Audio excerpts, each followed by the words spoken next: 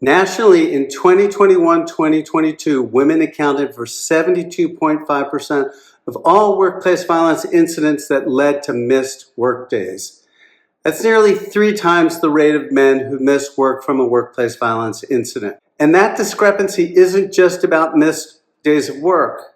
Here in California, women experience non-fatal workplace violence with or without missed work days at more than double the rate of men, 5.1 per 10,000 compared to men 2.3 per 10,000.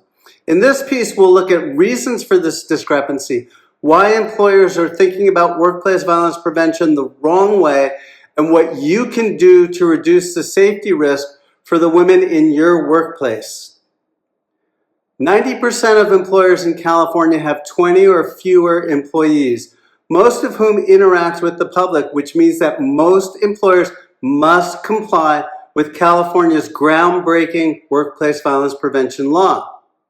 Complying with the law not only reduces your risk of regulatory action and liability risk from third parties, but it will keep your employees safer, protect your reputation in the community, and keep your employment costs down. Over the last 30 years, I investigated violence from many different angles. I helped to bring cases against businesses and other organizations where violence occurred. I conducted investigations on behalf of individuals charged with criminal offenses, and I conducted high-level internal investigations for businesses, nonprofits, and government agencies. I understand how violence actually develops, how it can be prevented, what plaintiff attorneys and regulatory agencies look for, and what organizations are expected to do before and after an incident. Unsure if your workplace violence prevention plan complies with California's requirements? Schedule your free 15-minute workplace violence compliance and safety audit. Just click on the link. In this free 15-minute call, we'll look at how you're currently handling your written workplace violence prevention plan, staff training on threats, aggression, and violent behavior, how you respond to and document incidents where you may be exposed under California's workplace violence prevention law. You'll leave with a clear sense of your biggest gaps and 1 to 2 practical steps you can take right away to improve compliance, safety, and liability protection. Women make up a large percentage of the workforce in medical, education, social work, retail, hospitality, and the restaurant business, all fields where workplace violence incidents happen with some frequency. Women make up the majority of employees working in offices and at the front desk, including reception and service attendants, so they're frequently in direct contact with the public.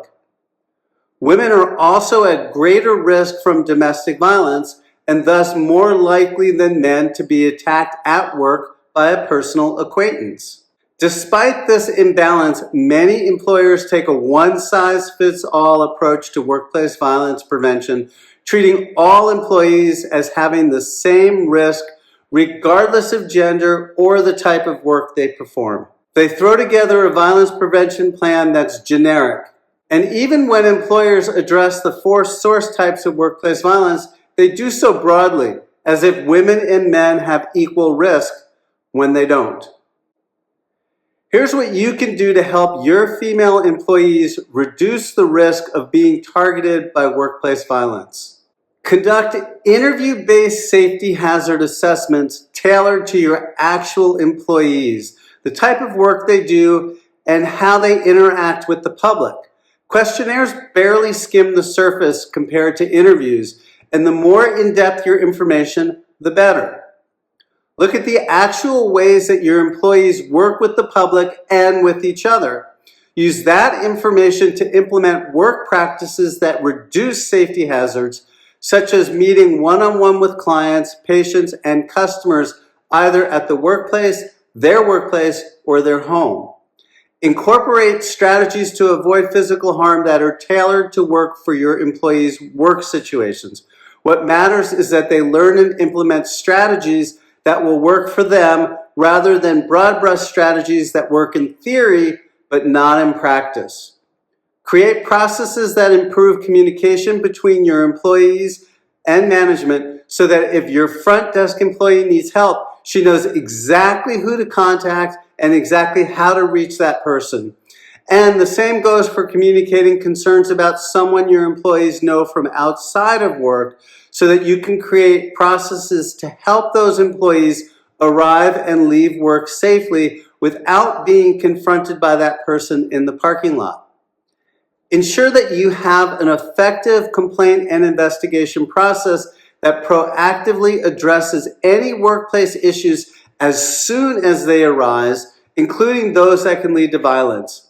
It's not enough to have a policy prohibiting conduct. You've got to have a way to enforce that policy quickly, fairly, and effectively. If you're a small California organization with employees who interact with the public, you're required to establish, implement, and maintain an effective workplace violence prevention plan. And you want to make sure that you're complying with California's workplace violence prevention requirements, protecting your employees and reducing your risk. Schedule your free 15-minute workplace violence compliance and safety audit. Just click on the link.